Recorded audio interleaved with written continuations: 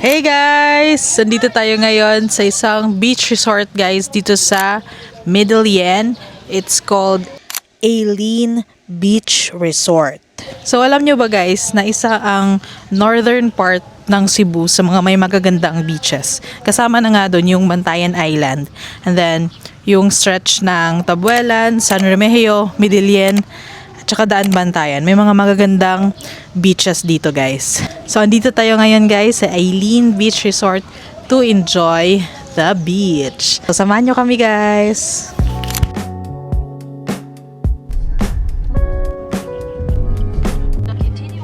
Guys, daan muna kami ng 7-Eleven para kami ng water. bili ng water.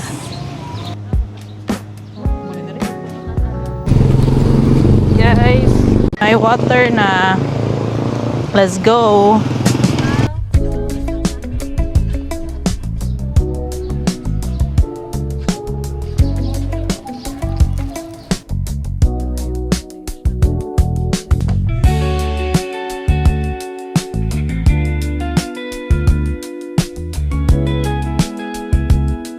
Guys, we have the fur babies with us kasi allowed lang sila.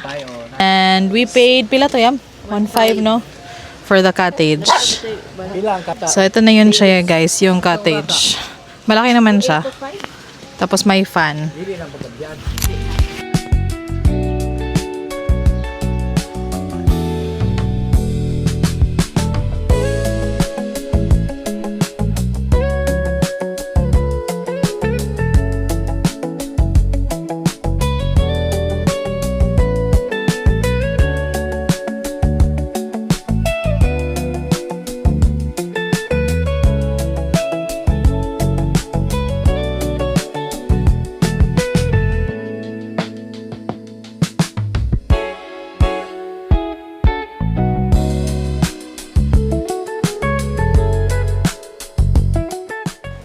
Guys, naligo si Gigi. Kuya ko guys. Hindi siya pwede maligo guys, so ako lang muna yung maligo. Kuya! Guys, in fairness naman, maganda yung dagat dito. Although not as fine yung sand compared sa Bantayan, pero not bad. Guys, ito yung waterproof case. Tapos ito yung floater. So, this one guys, nasa link sa baba. Tingnan niya guys. So, pag mahuhulog siya, it'll just float. Diba? Mag-float lang siya guys. Yan lang. Para madaling makuha. Diba? For water activities.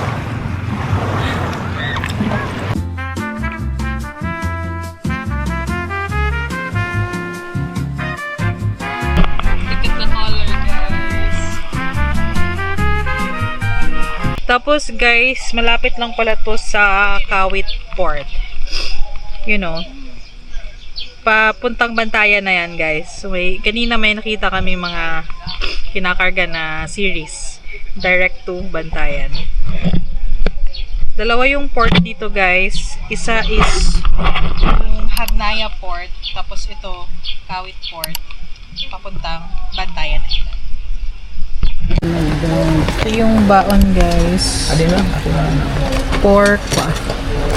Tapos wow. Wala namang corkage dito.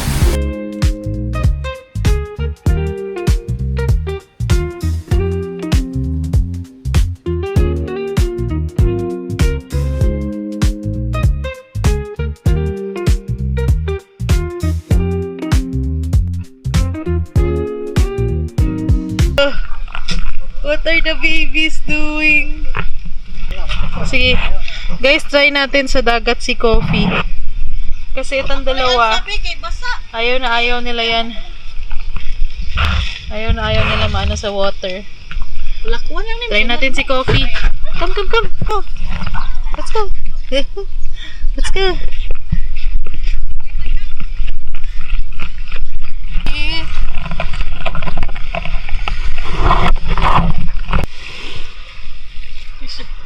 Ayaw niya, guys. Hello! Water! Water, coffee! Ayaw niya, guys! Coffee, come here! Come here, come here! Let's go, let's go!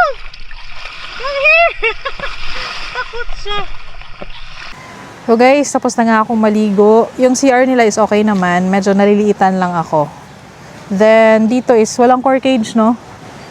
Wala. Nakapagdala kami ng foods and drinks namin, guys. Wala namang corkage. Then, how much kani atong gibayaran? 1,500. 1,500. Cottage na siya then. They use rates nila guys. Yung kinuha ko is yung cottage worth 1,500. So Yeah. this is good for 10 persons, maximum of 15 persons. So if excess siya guys, so 50 each per adult or kid. Okay. Then yung day use nila is 8 a.m. to 5 p.m.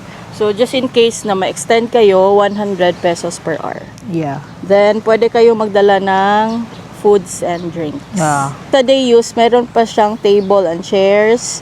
Good for 5 persons, max of 8 persons for 700 pesos. Then camping tent, good for 2, max of 4, 300 for each person. So yung sa tent, bring your own. Okay. Then, pwede dito mag-overnight, guys. Meron silang mga rooms. Check na lang yung Facebook page nila for the Message rates. Yeah. Tapos yung, ano kasi dito, guys, yung sand. White sand siya, pero Pino, hindi siya ganun as kapino. fine as, you know, Yeah, yung other sa- beaches. oo. Pero not bad na Maganda din. Still giving. yung color is giving. Yeah. Tapos may mix siya ng mga shells tsaka yung mga maliliit na bato.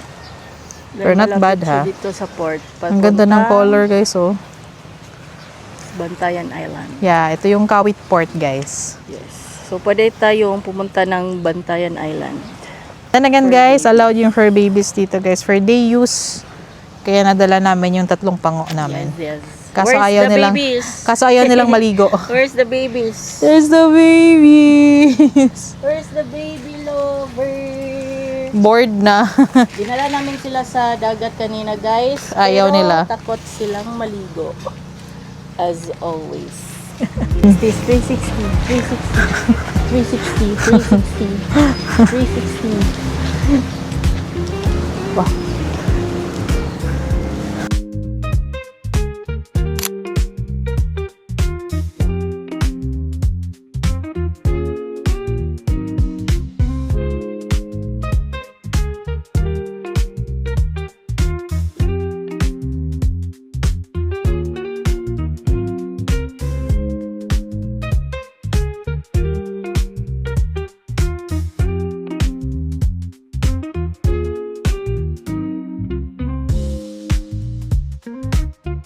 Yun lang, guys, for our beach vlog today. I hope you guys enjoyed our vlog. Marami pa kaming vlog, guys, about our vacation here in Midillian, Cebu.